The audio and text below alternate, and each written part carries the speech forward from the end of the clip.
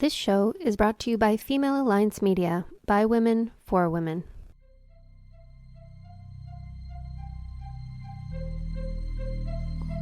Hello, and welcome to the Say It Out Loud podcast. I am your host, Christine Daynard, and the goal of this podcast is to encourage you to live your best and most authentic life by digging deeper and finding connection through vulnerability. I believe we have been taught that vulnerability is a weakness, when in fact, it is our superpower. In this space, I will share personal stories and conversations with others so you can be empowered by their strength and inspired to take action in your own life. Thank you so much for being here. Now let's get started. Well, hey, welcome back to the podcast. You've got me, Christine D, and I'm here with a really special guest who, funnily enough, I've actually known for quite some time. But we're going to come back to that in a little bit. I would like to introduce you to my friend Kaci, also known as Catherine, and I'm going to actually pass the mic over to her in a second to introduce herself. But I just want to say what I love about this platform and this podcast and saying it out loud is it is really encouraging people to come out and talk about things that have been really hard for them. And I'm going to guess that this is a really hard conversation for Kaci to have. So I want you to give her grace in this space. And I'm sure that many of you, even if you don't see yourself directly in her story, you may see yourself in aspects of her story. There's always something for everyone. And if this isn't for you, you can pass on it and go to something else. But I think that there's so much heart and love in this conversation, and I hope you'll keep an open heart and mind. So having said that, I would love to introduce our guest, Kaci. Thank you. Thank you for having me. It's so nice to be here. It's so great to have you here. Is it okay if we tell the little story first about how we actually know each other? Yeah, go for it. You good with that? Mm-hmm. So my son is going on 16. So about 15 years ago, I took a part-time job. Actually, it might have been full-time at the time, briefly, at Starbucks in Waterloo region. And Kaci was one of the fabulous people I got to work with at that spot. I actually didn't love the job. I hated working at Starbucks. Drive through. It was like, how many things can be happening at one time? Not a good multitasker over here. I'd be like, what? Only 3 pumps? Oh, sorry, you already got 4. Non-dairy milk, what's that? Anyways, so we worked together. That's going on about 15 years ago. And somehow our lives just keep kind of weaving in and out. We've sort of seen each other or tripped over each other in the world as we've gone through the last 15 years. And more recently have been connected. And Kaci, you came on my tour actually a few years ago. It was a couple years ago now. I think it was 2019. Well, it was before the pandemic then. That's right. Okay. So you got in on the really fun days of the buzz. Yeah. It was a great time. Yeah, it was a fun time. So thank you so much for being here, Kaci. Would you mind telling our audience a little bit about you and what brings you here today? Yeah, absolutely. So thanks again for having me. My name is Kaci. I also go by Catherine. I'm from the Waterloo region, and I've got 2 kids, Wyatt, who's 6, and Elowen, she's 2.5, and I'm happily married, and we have our Wheaton dog, Rudy. Oh, Wheatons. I love Wheatons. I have a soft spot for Wheatons. Yeah, he's so cute. Yeah, that's wonderful. So great little family, and your kids are adorable. I see them on the socials all the time. Mm-hmm. They're very cute. So tell our listeners, what is it that you wanted to come here and share? What sort of story do you have on your heart that you want to share with our listeners?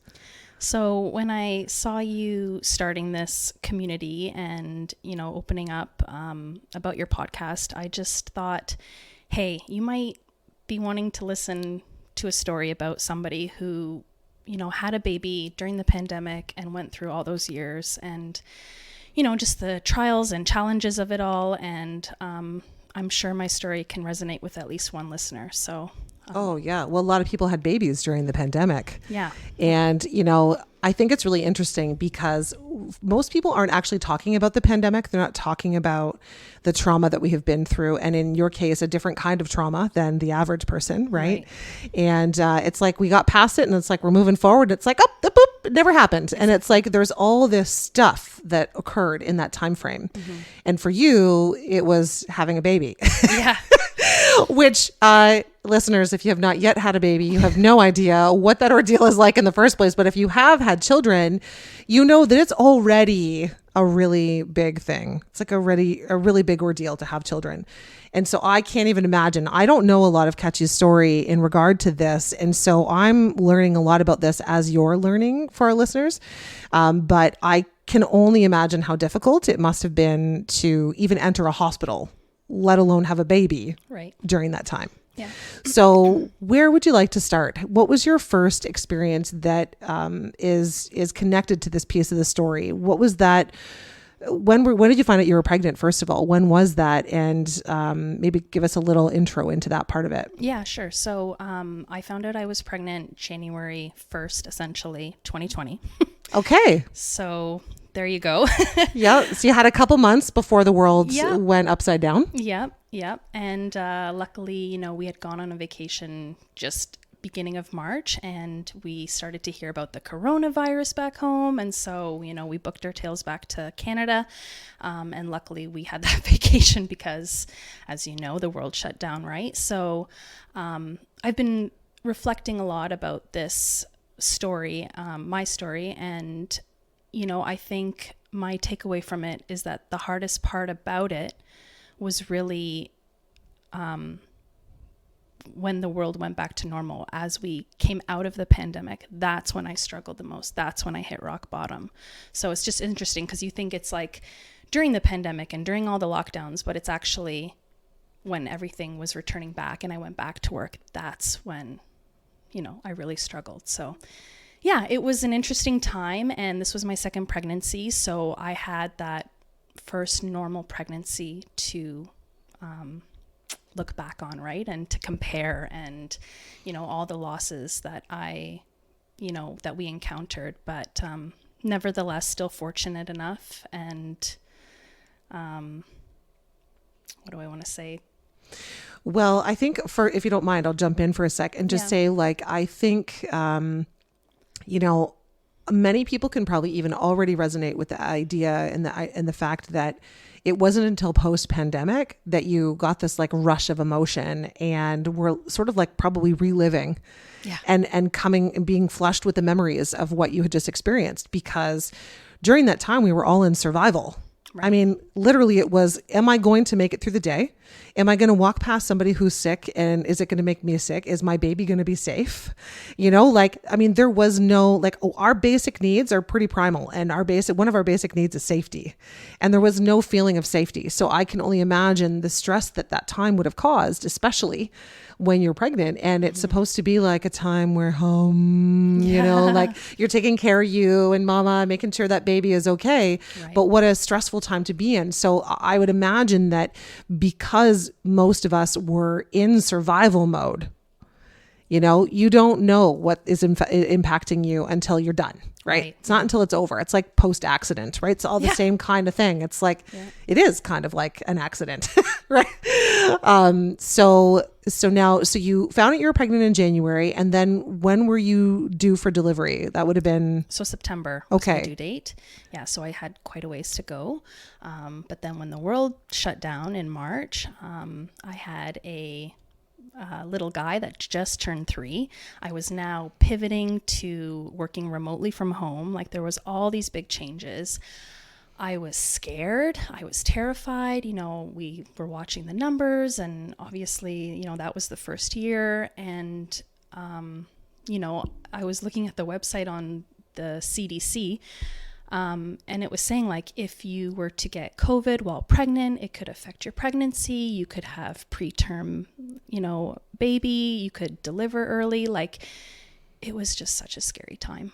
Well, fear was, at the time, fear was so prominent. Yeah. There, like I said, there was no safety, and now you have the added challenge of bearing this baby. I was going to say building a baby. What kind of building a baby? You're growing a baby inside of you, which is I remember when I was pregnant reading somewhere that someone likened it to climbing Mount Everest on a daily basis. That's the work that your body is doing. Maybe not the physical exertion, although sometimes. That's after. Right, absolutely. But that your body internally is going through essentially climbing this massive mountain because it's doing so many things every day and the baby is growing so much every day. It's just taking and taking. And Of taking course, from yeah. And we get to the lucky outside impact of that, right? So there's lots of things that hormonally that happen as well that impact us. So now you're home with a 3-year-old and you're now working from home. So what do you do for a living, if you wouldn't mind telling our listeners? You don't have to get too super specific if you don't want, but. Yeah. So I'm a program assistant and I work at Conestoga. Okay, awesome. So like Administrative work, yeah. so you're used to working in an environment where you're in person supporting. Yeah.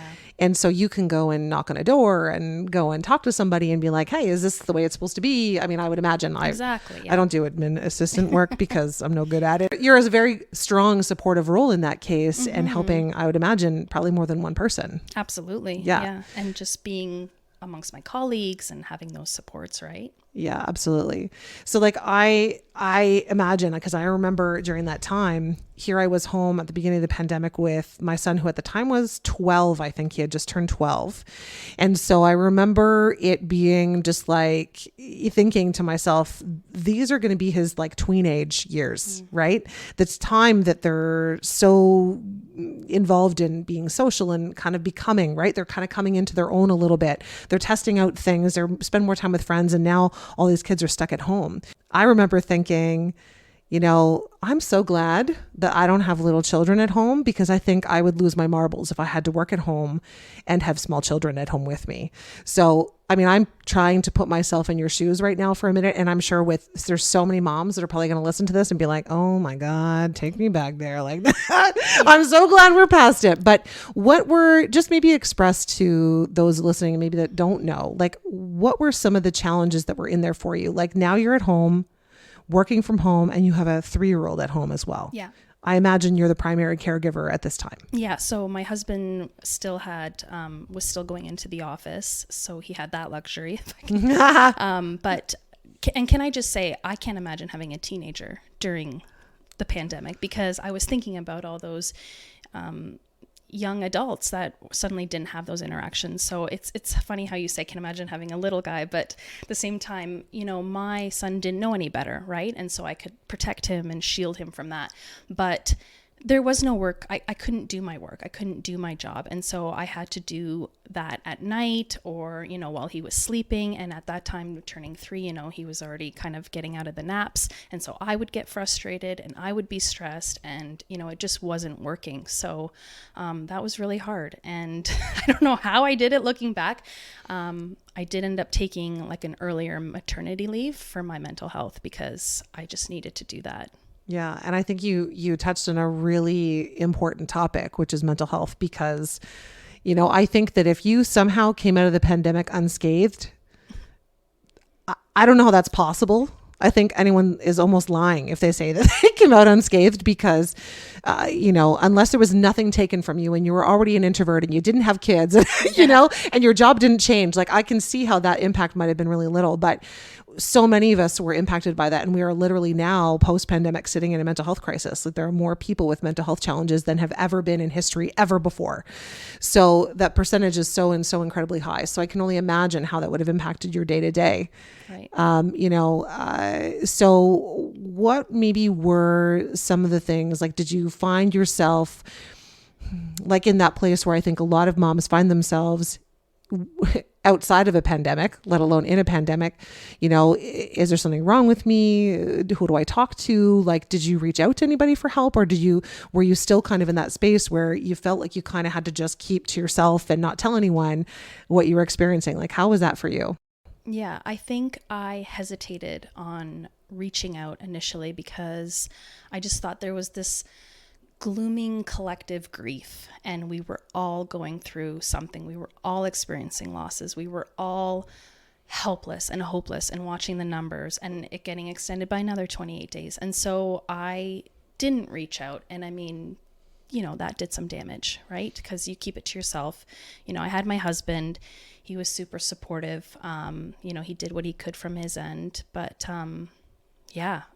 it was only later on that I realized, you got to lean on the village to get you through it. So yeah. And the village is not something that, like, in our generation now with where we are, even prior to the pandemic, the village hasn't been as big of a deal or as much in our culture as it used to be, right? Like, I imagine having children years ago. I mean, there's pros and cons to every kind of, whenever you were born, there's pros and cons. But I feel like there was an advantage to those families who had each other, right? Like, lots of kids in the neighborhood, everybody, like, I remember we would, like, run around and we were out until the lights came on, right? Yeah. And, like, my parents never knew where I was, like, but my neighbors always, they could be like, oh, Doreen, Christine's over here on this street. And, I just saw her running home. Naughty. Right, exactly. Or, like, I remember when I got caught smoking once, and so one of the neighbors, like, called my mom and they were like, Doreen, I'm pretty sure I saw your daughter smoking at the corner on her bicycle. So I get home and I'm like, I don't know what you're talking about. It was not me. But, like, you couldn't escape it then. Yeah. And now, even prior to the pandemic, there was so much less community. Like, we've been sort of hiding away in our homes more already. And now here we are in this time where we're forced to stay home. We're forced to be alone and not have a village to help support us. Yeah. And forget to socialize. Like, I would see, my neighbors and talk to them, and I'm like, oh, did I talk too much? Like, did I, I was so insecure from that lack of socialization. Like, it was crazy how it hit me, Yeah. Well, and I think too, even today, I talk to people who are just starting to get out there and socialize again, and they're having a really hard time with it because we've been forced home for so long. I mean, it was almost 3 years of time that you can go out, you can't, but when you go out, here's the rules, like there was no more just like, natural play and fun and leave your home and go and do what you want. Like, right. Everything was taken away. Yeah. So now I imagine, so now you had him in September of 20. I had her in September. Oh, sorry. Okay. Yeah. Her in September of 2020. Yeah. And was there a time that you, like, when did that village sort of come in to play for you? Or did it ever during that time, during the pandemic? Yeah. I think more so, as I was saying before, like, when we got back to normal, when I returned to work, that's when I really struggled. And that's when I reached out. And obviously my close friends, colleagues, sister family, like, they all knew, I was isolated and it was hard, and I had 2 little kids, and, I was all by myself, and they would check on me, and, we would have those conversations. But it was more so me leaning into, like, I am not okay, and then reaching out. But that was until later, right? Geez, so, like, you went at least 2 years. Yeah. Basically. Yeah. Probably, and I mean, I think that all of us can kind of, like, I sit here, I'm closing my eyes because I'm, like, going back into memory town. And although I didn't have small children, I mean, I remember, every day was, like, on repeat. And there was nothing, right. There was, like, nothing to look forward to. I mean, just like most people, I think I made bread for, like, the first time in my life, would eat all the time, but there was really nothing going on. And when you don't have any supports, you don't live in a big family. Like, for us, that most of that time, it was me and my son. So I can relate to some degree. It's like I think all of us, I guess, can relate to some degree, but it was so on repeat, and there was no fun and nothing to look forward to. That your head goes into a lot of dark places. Yeah. And eventually, like, I can speak for me and say, and maybe you can relate to this, is that I remember, like, I would go out on tours and I would have to talk myself up every single tour. 'Cause I'm like, okay, I got this. Like, I can deal with people. I can put on a happy face. I can bring my energy. And I would literally get about an hour into a tour, and I would be exhausted from trying. And I'm me, I'm a very social person. I like to engage with people. Like, normally that is what lifts me up. It doesn't bring me down. It's that energy exchange. Yes, absolutely. And so it was like a foreign thing that we weren't getting during that time. But just the day in and the day out of sitting on the sofa and not having any connection was like, it was like brain melt. Yeah. Mm-hmm. And so what was it that what was your catapult? Like, I know that you said it was like, as we started to open up, but was there like a pinpointed moment that you remember thinking, like, holy shit, I'm going to have to do something about this because I didn't realize how bad I was? Like, what happened with you there? Like, how'd that impact you there? Yeah. So I think 2021, January, February, we had entered another lockdown. It was middle of winter, dead cold. There was nothing to do. And I just found myself just stuck. And, my husband would come home and I just couldn't be happy. And I just couldn't put on a happy face. And, I couldn't give my heart to my kids. Like I struggled to just, I always consider myself this like positive and bright person, and I was losing that because I was losing that hope that like, obviously, we just didn't know. It just kept getting extended and you're like, is this really happening? My baby would cry and I would just be like, do I have to go get her right now? Like, I can't, like, I have nothing to give. That was like, I was so empty on the inside. And so, we had celebrated another birthday for my son, Wyatt. He had just turned 4. It was another lockdown birthday, like friends had come to drop, some things off for him, but like, I couldn't buy him balloons. Like it was all taped off. I couldn't buy baby clothes. Like it wasn't essential. I'm like, it is essential. Like it was just that is so bananas. It is. It really is. And so it was at that time, like around May, that Colin was like, you have to go talk to somebody. And like, I think that would be really helpful to you. And, I called my therapist and she's like, I don't have a spot available until like August. And I'm like, oh yeah, you must be really busy.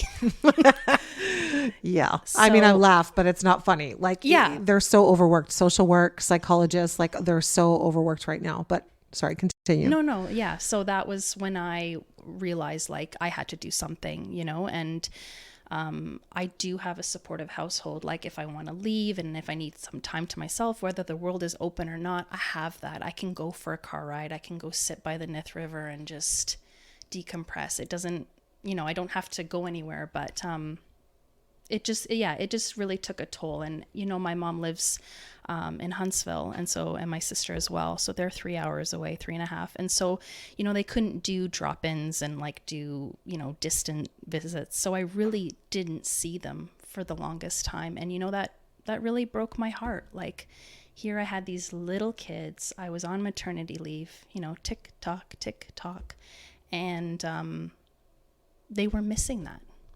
They were missing that, and other family was missing that, and that was just so heartbreaking to me. So yeah. Yeah. Well, and I mean, we are humans and we're wired for connection. Mm-hmm. And so now you take away all of our connection and all the things that come naturally for us to do. And our supports, right? Like everything, you have no help of any kind. Yeah. I remember you're speaking about that sort of like empty feeling inside. I remember that too. Like I remember my son some days coming to me and being like, he'd be a mess. And I'm like, kiddo, I know. I don't even know what to say because I'm a mess too.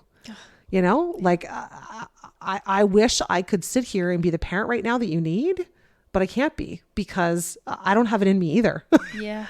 Like how horrible does that feel? Like you become a parent and you have this, most have this natural instinct to, take care of and nurture.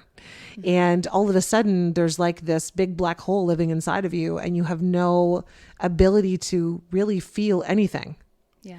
And so to dig your kid out of how they're feeling well, you're also in that same big black hole. So I remember all I did was I'd be like, let's just sit together and watch a movie. And that's all I got in me. Yeah. Right. Yeah.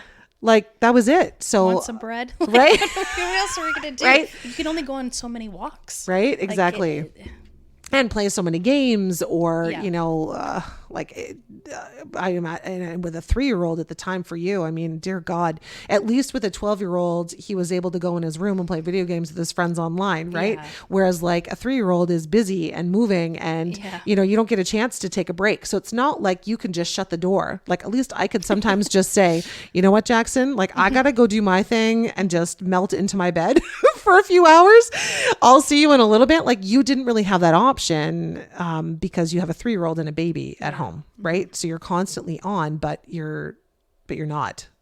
Yeah. It's like the light switches off, but you're forcing, like it's like this forcible. Yeah, when they're tugging at you and they're like, mommy, and you're just like, huh? Like you're in a daze. And that's what I posted, like lockdown days, like just sitting on the floor, the house is a disaster, they're playing, they're happy, they have no idea what's going on. And you're just like thinking the world has gone to hell in a handbasket. And it's just such an awful feeling, right? So yeah, it's a lot. It's a lot to talk about. It is a lot. So It's heavy. it is heavy. Well, and you know what? The thing is, like, having heavy conversations is really therapeutic for us. Even if we're not talking to a therapist, if we're just talking to somebody about what has happened to us, like we're able to share in the weight of that a little bit. And because the pandemic was so widespread and it was impacting everyone, we can share in this experience, because even though the details of our experience were different, our exposure to different things, of course, was different, but that there's this commonality, this connection that we all have because we've all survived this time together. And I'll bet you everybody listening to this is like, oh, like it's probably taken them back to the memory of how that felt for them. So instead of staying in this very heavy space, and I mean, I think that, we have a pretty good picture how difficult that was. And clearly, your mental health was not in a good state, and you probably didn't feel like you were being a great parent, and you probably felt guilty about that. And you probably felt shame about that, because also no one else was really, no one was talking about anything. Yeah. Right. And then if you talked about any of your problems, it was like, oh yeah, well, this is going on over here, so you shouldn't feel bad. It's like, who decided that? Like, no, everybody's challenges are happening to them. And it doesn't matter what's happening to somebody else or in another part of the world. Your world is your world. And when it's shaken up like that, it's hard to find your way. So let's maybe go into so you talked to the therapist, and the therapist wasn't available until August. So what did you do? So we're talking like early spring until August is the time frame that you kind of had to wait for an appointment, I'm guessing. So did you find some strategies for yourself in there? Was there any other resource for you to tap into at the time for you to find something that could help lift you up a little bit? I didn't really... I think I just made myself like small goals, like try to get outside, try to carve time for yourself. It wasn't until like this past year really that I've really created some strategies for myself. But nothing was really available. Like you could only go for so many walks, like I said, right? So I think as the warmer season started, spring, I should say, restrictions started to loosen up, and so things did get better, and we could like see our family, and it was getting better at that time, right? So that of course lifted my spirits, and we were on like an upward trajectory, right? So yeah, but I think too, like I mean, I'm definitely curious about some of the strategies that you ended up implementing for yourself to like help yourself get out of that space. Because I think a lot of people are still there, no matter the circumstance that they were living in, there's still a lot of ripple effect and impact of this time in our lives, which, again, shockingly, there are not resources for, you don't hear, the health supports talking about different ways that you can support yourself through this time. I mean, they're oversaturated with people that they're helping, and there's no time to help you at home. Right. It seems. Yeah. So now what have been like in this last year, what have you been finding that's been working well for you? Because I think that people are I think that I think one of the biggest challenges about mental health and feeling like this depressive black hole sort of state is that you really want to feel better, but it's so much effort to feel better. And when you can't see the end of the goal or the goal line, you can't see that this thing is going to get better outside of you. It's like, forget it. I'm just going to give up, because that's what I did anyway. I was like, fuck it. I'm just going to give up until the world figures it out. And then eventually it was like, okay, we're past it, but the world's really not figuring it out. So I got to figure it out for me. Right. So what were some of those things for you? How have you been able to, come home to yourself a little bit? How have you been able to do that for you? Yeah. So if I could backtrack just a little bit. Yeah, please do. So when I returned to work, so first of all, when my daughter was born, we had a really good, healthy attachment. It wasn't that I didn't have postpartum depression like I loved holding her, and I loved, I was happy, of course we had, our days were kind of like roller coaster, right? Like we had sweet moments, we had great days, and then we'd have like awful days where it was -20, and we couldn't go to the mall, and I couldn't take them to the grocery store because I'd be looked at by other people like judgment, right? So it was just such a roller coaster. So of course she was attached to my hip. She only knew people with face masks on. She we were just always home, together. And so when I had to return back to work in February 2022, I had been on an 18-month mat leave at that point. So very fortunate to be in that position. But I had to hand her off to a home daycare whom she'd never met, whose house I'd never been into because of COVID. And I said in my post, like, I dropped her off like an Uber driver. Like, I was like, here's my child, That's horrible. It was like, it's already so hard to return to work after a mat leave, let alone being in a pandemic, being in several lockdowns. Like, you can imagine this baby. Like, she had such a hard time. And that resulted in me having a really hard time, So she cried. And my son, when I went back to work, he cried for a week and then he was fine. She cried for half a year. Oh my Every God. day, every drop off. Like, we're talking full-time daycare, like not, every other day. There was routine for her, there was structure, but so her inability to cope, or like, obviously I've put her through some trauma, left a lot of guilt for me. I felt bad. There was this massive change for her, and so she went through this like episode, if you will, where she was just having these full blown, I'm gonna call them psychotic episodes. She'd like wake up in the middle of the night and she'd be screaming, and somebody might say, well, that sounds like night terrors. It happened all the time. It happened when we came home from somewhere. It happened during the day. It was happening all the time. And I don't know what was going through her little head. I don't know if she was afraid I was going to leave, if she was just, having a regression. I'll never know, right? But that caused me to essentially blow up, and I had to get an accommodation through work to work from home, because I couldn't handle coming into the office a train wreck and just dealing with that and having to talk to people. It's so funny. You wait for the world to open and then you get to go and you're like, I can't do it. Like, I just didn't have the coping mechanism. So that was my breaking point, was when we really struggled with her. I would take her to the doctor and just the healthcare. They ask you, like, I would take her for her vaccines, and, there's a question there, like, is mom experiencing like depression, anxiety, whatever. And I would be like, yep, sleeplessness. And then he wouldn't even bring it up. He wouldn't even ask me, like, how are you doing, mom? Like, how? And I don't expect, a 20-minute conversation with the doctor, but our appointments were 4 minutes, 9 minutes. Like, I timed them. Like, I just didn't feel like I had that level of care. Well, and even it's almost like there was a filter there. Like, the questions were on the piece of paper. Yeah.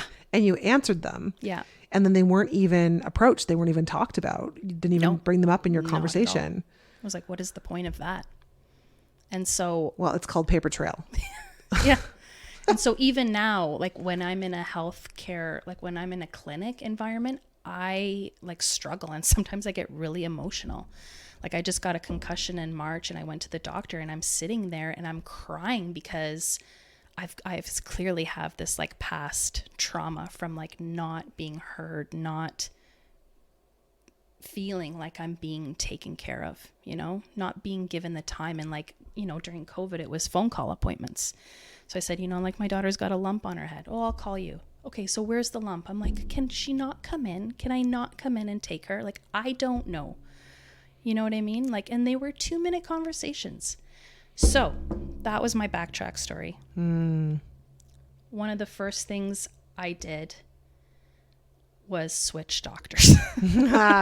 Hallelujah. Yeah. Yeah. And so, Which is hard to do. it is really hard. And I'm so fortunate that the opportunity came up, and I was, I saw it online that they were accepting. There's so many people that don't have a family doctor, and I just feel for them because how awful.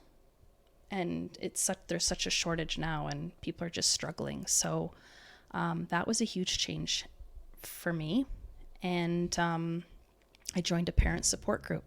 Oh, good Yeah. for you. Mm-hmm. So that was recommended by my pediatrician, or should I say my daughter's pediatrician. So I joined that and learned some tips, and just got to share and heal and know that we're on the same ship. We're all struggling in the storm. So that was a huge part too. And that was just recent. I just finished that in April. Wow.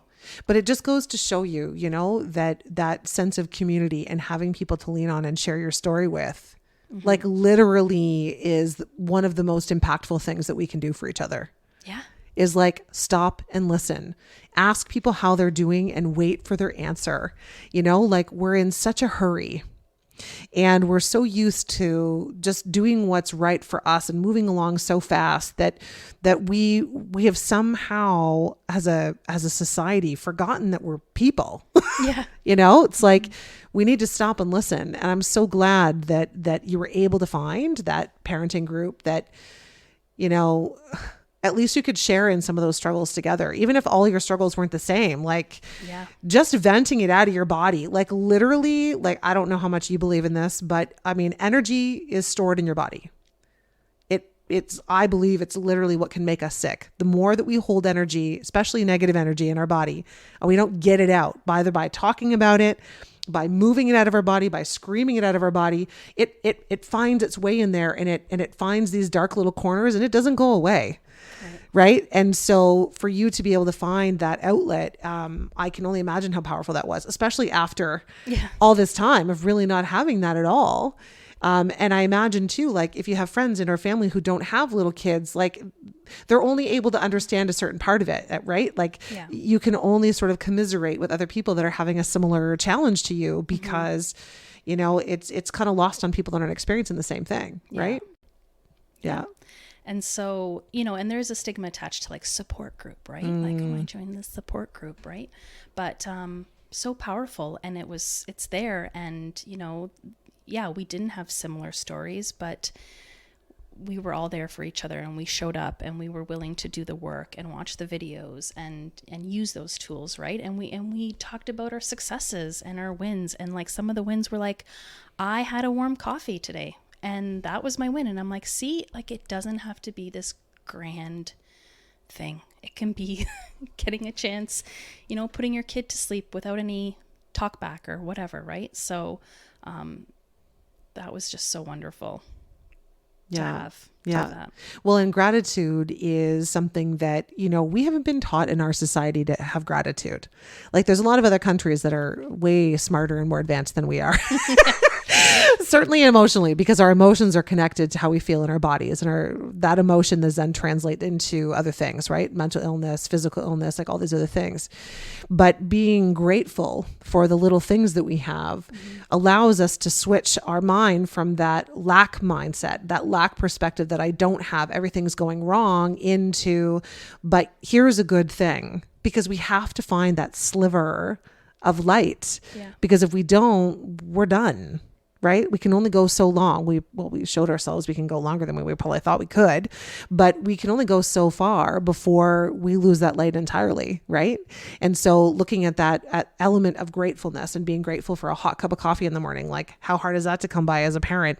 Right. Because with little children running around, I never had a hot cup of coffee when my kid was little, unless I was at the Starbucks and working. Then maybe I got a hot coffee on my break, but that was about it. Right? Yeah. So, wow, I feel so much of your story. I feel so much of where you are or where you have been throughout this time.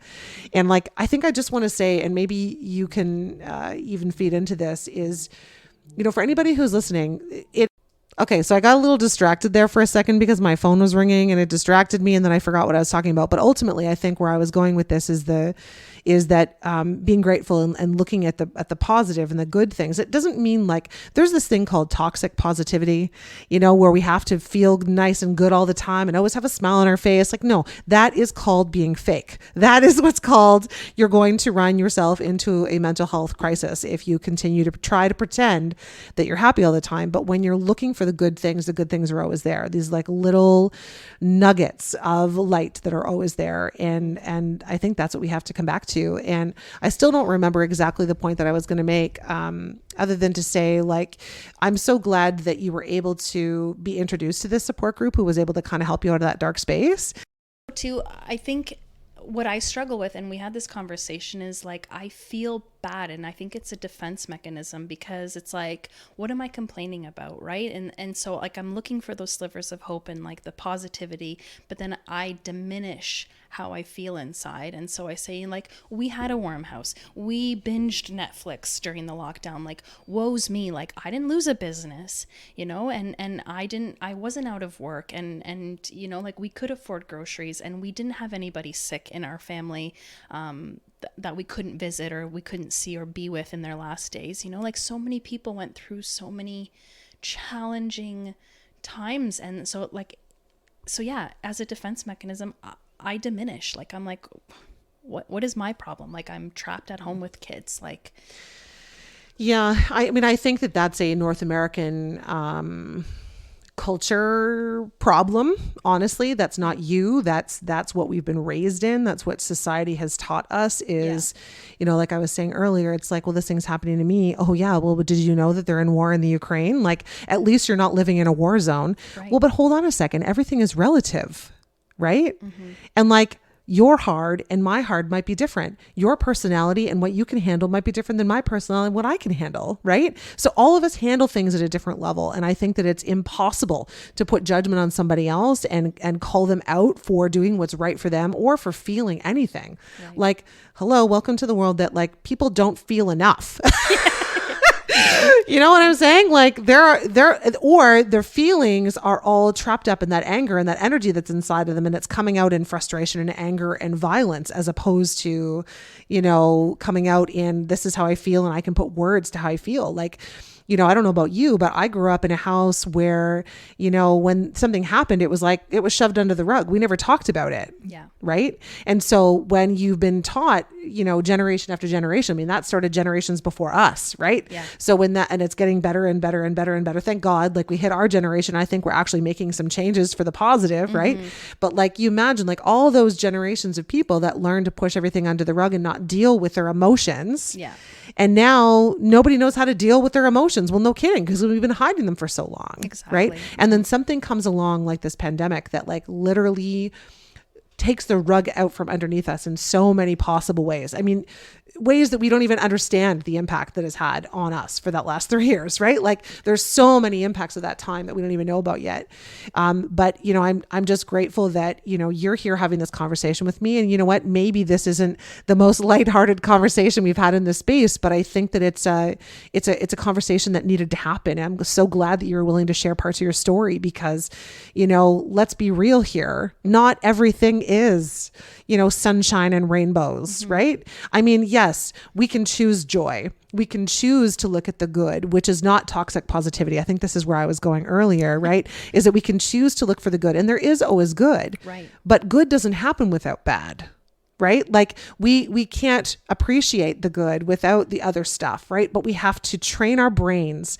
We've been like, this is my perspective, by the way, and I'm not a psychologist or a therapist, but I'm going to say that we, especially during that time, already before, but especially during that time, we're trained to be in fear mm-hmm. and in lack and looking for the bad, right? Everything was going wrong. You can't do anything. You can't go anywhere. You have no community. Like everything was in the lack, right?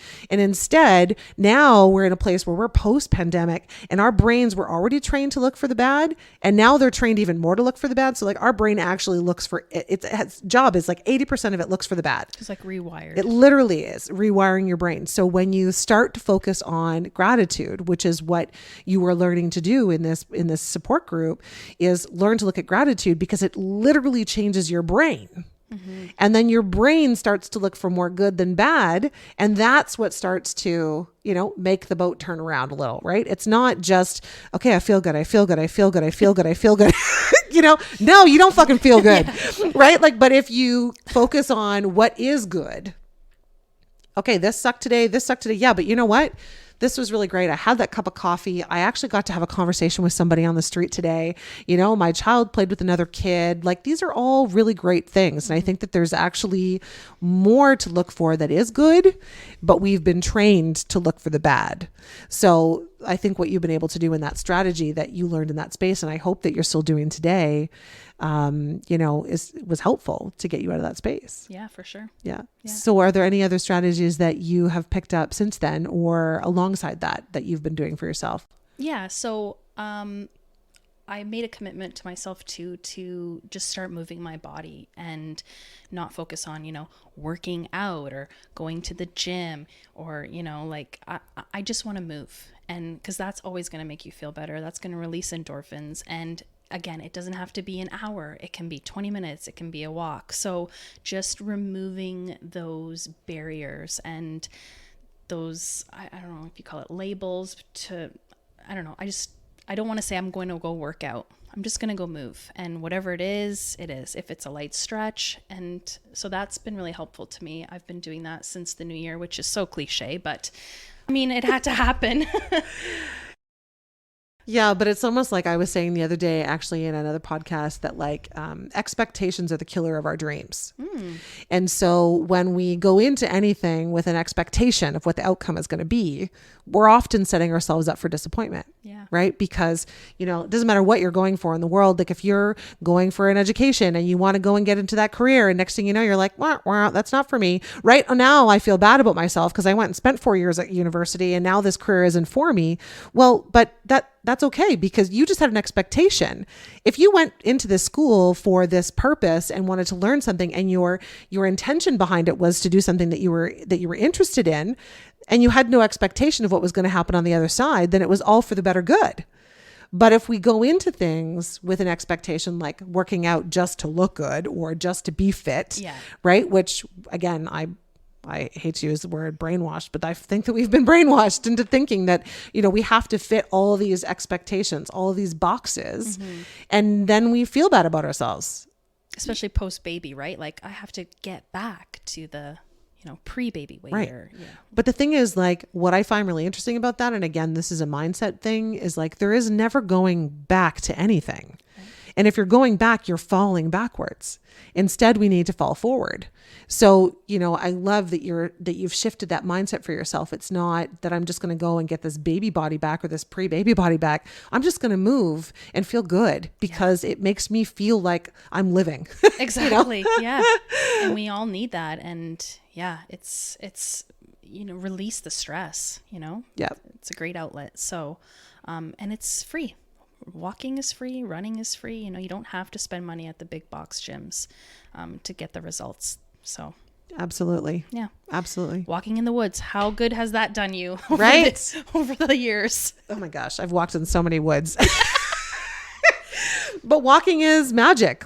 Yeah, therapeutic. And you've released some shit in those woods, I remember walking the dog during lockdown and listening and watching your stories and crying when you were crying. And it was, you were real and you were talking about hard things and it really helped me. I was yes, we are not alone and we are going through this together and we are all struggling. And it was just so wonderful. I thought you did some magic there. Oh, well, thank you. I think that somehow I've been given the gift of courage to share what's on my heart, no matter how hard it is. And I've cried online and on camera more than I would like to admit. Certainly in the last few years, but if it's in us, it's supposed to come out. You know, again, it's like we have this shame and guilt about crying or being seen crying or showing emotion or being mad or upset, especially as women. Like the second we get mad, we're a crazy bitch. No, I'm not a crazy fucking bitch. I'm mad. Yeah. I'm upset or something has happened to me. And I think that we have been suppressed in certain ways, like, you know, 100%. that we believe that we are in the way, that we're too much, that we're all these things. And no, like, I think it's time. Especially in the corporate world. Right? Like it is time to put all that bullshit to rest. Yeah. It is time for us to all come out. And there was, like I said, there was this surge of courage that came through me to share those things. And I still share them today. And so many people say a similar thing. They say like, this is what helped me move from A to B. Like just the fact that you talked about it and that, you know, even if your story wasn't the same as mine, I saw you having the courage to do something. So then I had the courage to do something. Well, imagine how that could take off if we all started doing it. Right? So thank you for having the courage today to come here and share your story with us.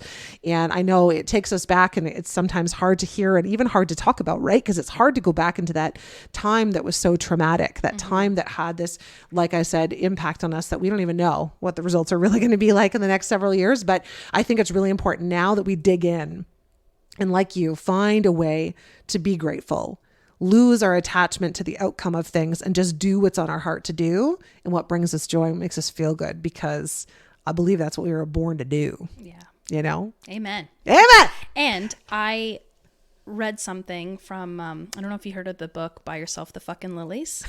No, but I should read it. There's a line in there and it said, that which is not dealt with deals with you. And I was just like, ping, like that couldn't have been more spot on. It's 100% accurate. That which is not dealt with deals with you. So you got to deal with it. It's so true. Kaci, this has been a really great conversation. Thank you so much for coming here. You know, I know that you came in with the intention of also maybe sharing from a book that you brought with you. Do you want to also share that while you're here? Or sure. Yeah. Would you like to finish with that? Yeah. So do you want to maybe explain to our listeners what this is? Okay. And the little piece that you're going to read. Okay. So, like 2020 was quite awful, as we know, and 2021. And so, you know, it was such a mess of a year, but having, you know, my little guy and having her was just like, she brought so much light during all that chaos. And so I made her a baby book. I made my son Wyatt a baby book too, but I made her a book and, you know, just kind of like, this was when you were born and, you know, this is your first birthday and all that. But I just took a little blurb. I didn't write this myself, but just something I just wanted to read. So sweet Elowen, I just want to say thank you, because in many ways 2020 was a mess, a bit of a disaster really. But you've been the light in the darkness, the calm in the chaos, the joy in the midst of a whole lot of hardship and pain and frustration. So I know people will talk about 2020. They'll talk about the stress and the fear and the sadness. They'll recount every bit of the hard stuff that's brought tears to my eyes more times than I can count. But I'm just so glad that when I think back on this year, I also get to think about you, because you're such a gift, the sweetest blessing. And even though things looked a lot different than I had planned, and it certainly wasn't always easy or comfortable, your timing couldn't have been more perfect. So thank you, little one. Thank you for allowing me to be grateful for 2020, because it gave me you. Oh, that's beautiful. Yeah, I didn't write it, but when I read that, I said that's got to be in the book for her, because it's so true. Yeah, so. The impact is there. And I think that's the ticket, that's look for the golden nuggets, right? Looking for the gold is better than looking for all the trouble. We can always find trouble. We can always find bad. It's everywhere. But there's also a whole bunch of good. And, you know, it's just leaning into that. So thank you so much for being here to share. And I know that there are many people, specifically women, that are going to listen to this and resonate with you on such a level. And I hope, if nothing else, they allow themselves to release some of the stress and the tension that has been built up inside of them with their stories, because they also probably feel some kind of shame or guilt for having them in the first place. Right. You know, that game of comparison. And I hope that they can find something in this story through you that they can connect with and let it go. So thank you so much for being here, Kaci. Yeah, thank you so much, Christine. And I'm just going to check being on a podcast off my bucket list. And I appreciate it. And, you know, saying it all out loud. Yeah, awesome. Well, thank you so much. And to our listeners, truly, I mean, I know that often our episodes here tend to be on a more energetic tone, but I think that this is the world. This is reality. This is life. Life is messy. Life is full of all kinds of emotions. And, you know, they're meant to come out of us. They're meant to be explored. They're meant to be reviewed and looked at. And we're meant to feel them because our emotions are, they're a ticket. They show us a window or a door. They show us where we're supposed to go and where we dig further into. And I hope that you find a couple of seeds in this conversation to start digging for yourself, wherever that is, to show up more for you, to lean into the good, to find what's great in every day. And not every day is going to be great. But there are always good little nuggets that happen in every day. You just have to look for them. And when you look for them, you'll find that once you're in the practice of that, it becomes easier and easier to find them. So on that note, I thank you for being here, and we'll see you again next time. Thank you for listening to this episode. I'd like to invite you to hit the subscribe button on this podcast so you'll be notified when the next one drops. And if you like this episode, please leave a review, as it will help others to find this message. You can also find me on Instagram and Facebook at It's Me, Christine D, or if you'd like to connect about being a guest on the show or talk to me about speaking engagements, please visit itsmechristined.ca. Thank you again, and I'll see you next time.